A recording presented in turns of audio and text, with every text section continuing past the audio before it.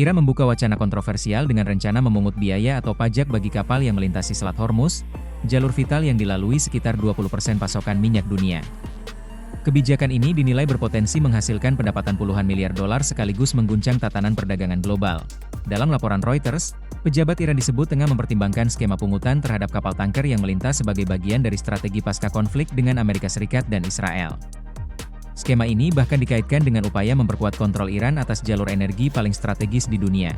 Seorang anggota parlemen Iran menyampaikan bahwa kebijakan tersebut dapat diberlakukan terhadap semua negara yang menggunakan jalur tersebut, terutama di tengah meningkatnya ketegangan geopolitik.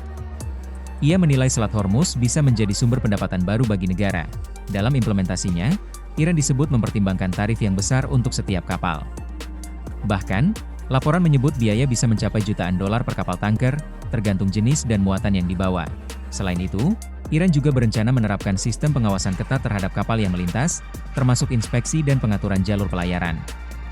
Dalam beberapa skenario, pembayaran bahkan disebut dapat dilakukan menggunakan mata uang kripto untuk menghindari sanksi internasional.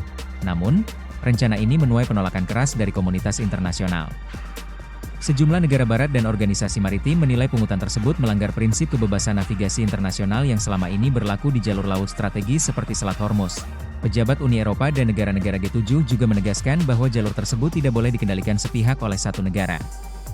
Mereka menilai langkah Iran berpotensi menjadi presiden berbahaya bagi perdagangan global.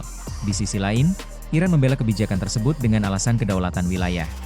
Wakil Menteri Luar Negeri Iran Said Khatibzadeh menyatakan bahwa jalur tersebut berada di wilayah Iran dan Oman, sehingga pengaturan akses dinilai sebagai hak negara pesisir. Sebagai catatan, Selat Hormuz merupakan jalur paling krusial dalam distribusi energi global. Gangguan kecil saja di kawasan ini dapat langsung memicu lonjakan harga minyak dunia dan berdampak pada ekonomi global secara luas.